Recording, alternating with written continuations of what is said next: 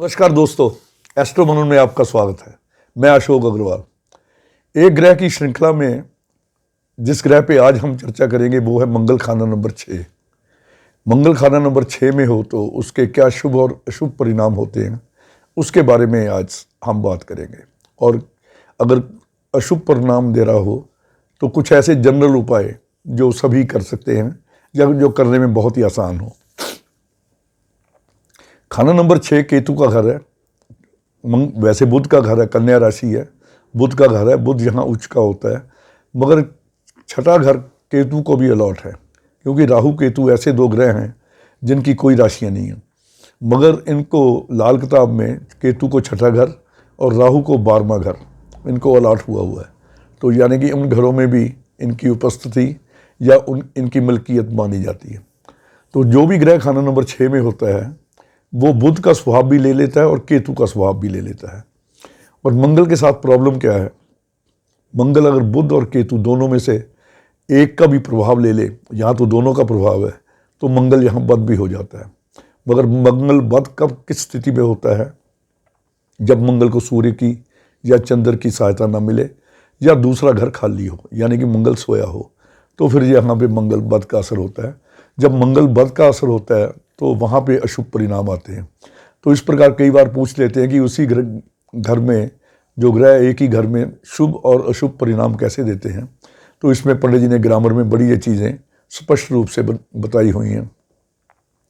तो जब अगर नेक हालत में हो बुध जहाँ मंगल जहाँ पे, और यहाँ पे बुध और केतु का असर उसमें शायद मिल रहा हो या ना मिल रहा हो, या थोड़ा बहुत असर वो ले भी रहा हो, मगर दूसरे ग्रहों की मदद की वजह से मंगल जाग रहा हो या मजबूत हो, तो अगर हालत नेक हो तो वहाँ ऐसा इंसान हिम्मत से भरा हुआ होता है।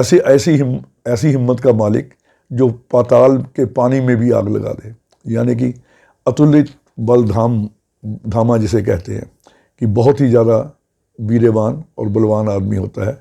खानदान का रक्षक होता है, अपने खानदान की रक्षा करने वाला होता है। बड़ा हाकिम, कोई बड़ा अफसर भी हो सकता है, मगर न्यायप्रिय होता है। जैसा भी हो, मतलब ही इज ऑलवेज जस्ट, मतलब वो न्याय के ऊपर चलने वाला होता है। मंगल 6 के वक्त सूर्य टेवे में कहीं भी हो, चाहे नीच हो, चाहे उच्च हो, चाहे किसी भी शत्रु घर में बैठा हो, मगर सूर्य का प्रभाव अब टेवे में बहुत अच्छा होता है। सूर्य कहीं भी बैठा हो तो सूर्य उत्तम प्रभाव देता है। सूर्य के उत्तम प्रभाव के कारण व्यक्ति की सेहत रहती है। जो सूर्य है वो सेहत और हमारे रोज़गार का मालिक है, यानी कि रोज़गार वगैरह, जो नौकरी वगैरह करता है, जो अपना काम करता है, उसमें भी फ़ायदा और सेहत भी उसकी अच्छी रहती है। मंगल यहाँ जागता हो, यानी कि मंगल जहाँ शुभ परिणाम दे रहा हो, बुध का घर है, तो बुध के कारोबार जैसे लेखन, अगर लेखक हो, राइटर हो, पत्रकार हो, तो उसकी कलम में कहते बला का जादू होता है।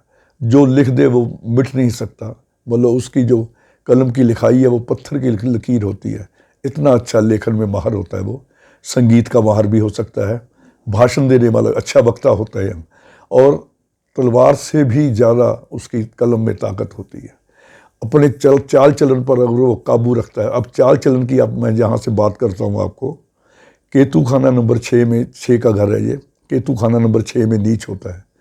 केतु अगर नीच हो तो वहाँ पे अगर चाल चलन को अगर संभाल के रखे तभी आदमी तरक्की कर पाता है। नहीं तो चाल चलन अगर ख़राब हो तो उसके पैसे की बर्बादी और चरित्र की बर्बादी और ख़ानदान के सदस्यों पर भी इसका बुरा असर पड़ता है। राहु खाना नंबर 12 में भी हो, अगर केतु खाना नंबर 6 में हो, केतु तो भले मंदा हो जाए, मगर राहु ऐसे में कभी कोई बुरा फल नहीं देता। इसमें सबसे बड़ी बात यह है कि अगर ये खुद तरक्की करता है तभी उसके भाई तरक्की करते हैं। मान लो ये 2-3 भाई हैं, तो अगर इसकी आमदन 500 रुपया होगी, जो पुरानी किताब में लिखा है, अगर इनके छोटे भाई हैं, जो बड़े भाई हैं, उनकी आमदन 499 रुपये तक रहे तो ठीक है। अगर 501 हो जाएगी तो वो नीचे गिरने शुरू हो जाएंगे, जैसे छत से मकड़ी नीचे गिरती है।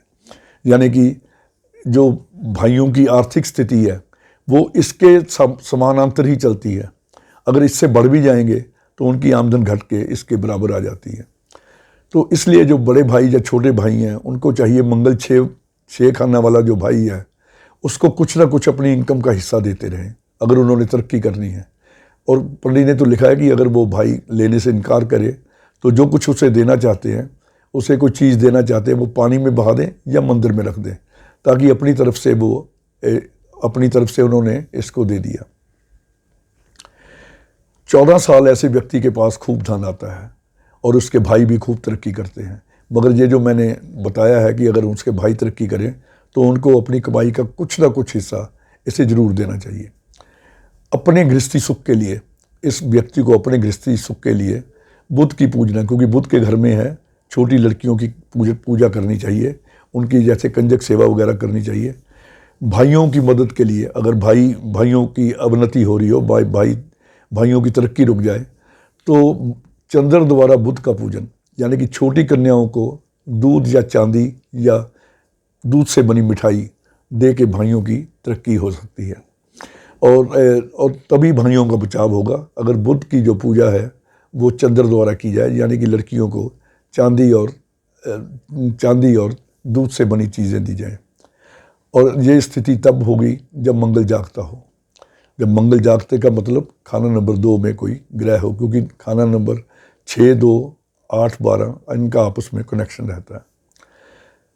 3 पुश्त तक, यानी कि 3 पुश्ते, बाप और बेटा पोता, यहाँ तक जो परिवार की बरकत रहती है और परिवार बढ़ता है जब शुक्र शनि बुध केतु खाना नंबर 7 में हो।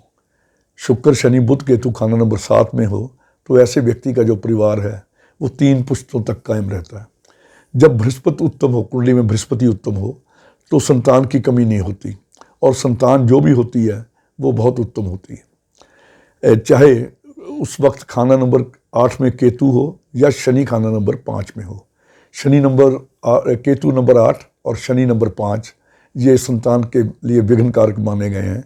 मगर अगर बृहस्पति या बुध या सूर्य उत्तम हो तो केतु या शनि 8 और 5 में भी हो तब भी संतान पर बुरा असर नहीं पड़ता। मंदी हालत में क्या होता है कि संतान के जन्मदिन आदि मनाने से, यानी कि जिस महफिल में वो संतान के जन्मदिन की खुशी मना रहा होगा या पार्टी कर रहा होगा, कुछ दिनों बाद वही मातम गूंजने लगता है, यानी कि खुशी के बाद गमी की हालत होती है।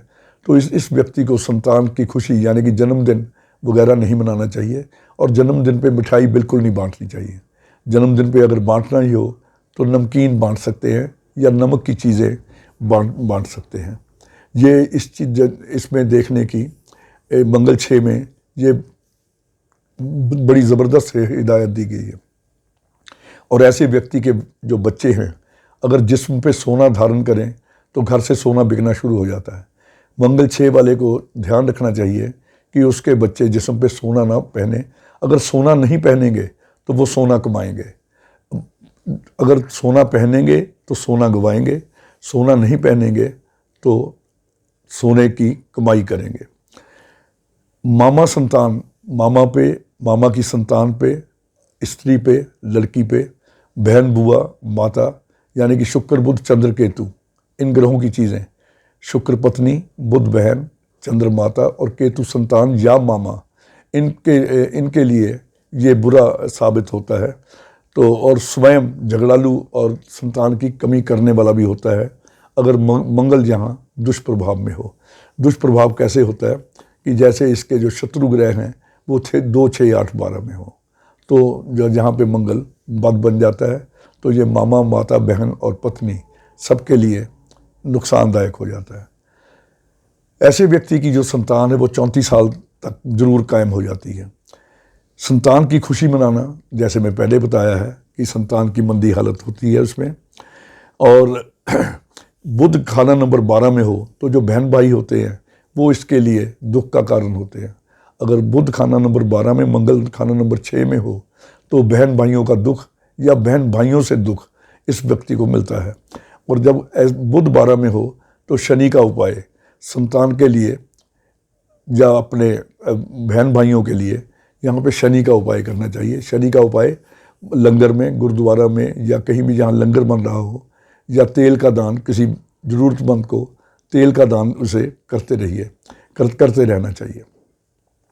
इसमें जो सबसे बड़ी बात कही है, कहते मंगल खाना नंबर 6 वाला अगर चरित्रवान हो, उसे अपने लंगोट पे काबू हो। अगर वो चरित्रवान है, पराई औरतों को नहीं देखने वाला या झांकने वाला, तो ऐसा व्यक्ति दरिद्र के घर में भी अगर पैदा हो जाए तो वो शत्रुओं को पांव थले रौंद देता है।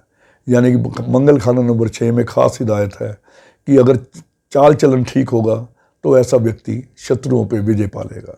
और इसमें जो मैंने हिदायतें बताई हैं आपको कि उसके बच्चे सोना ना पहने, और ये अपने बच्चों के जन्मदिन पे या कोई भी खुशी के मौके पे मिठाई की बजाय नमकीन बांटे, तो मंगल 6 के जो दुष्प्रभाव है इनसे बच सकता है।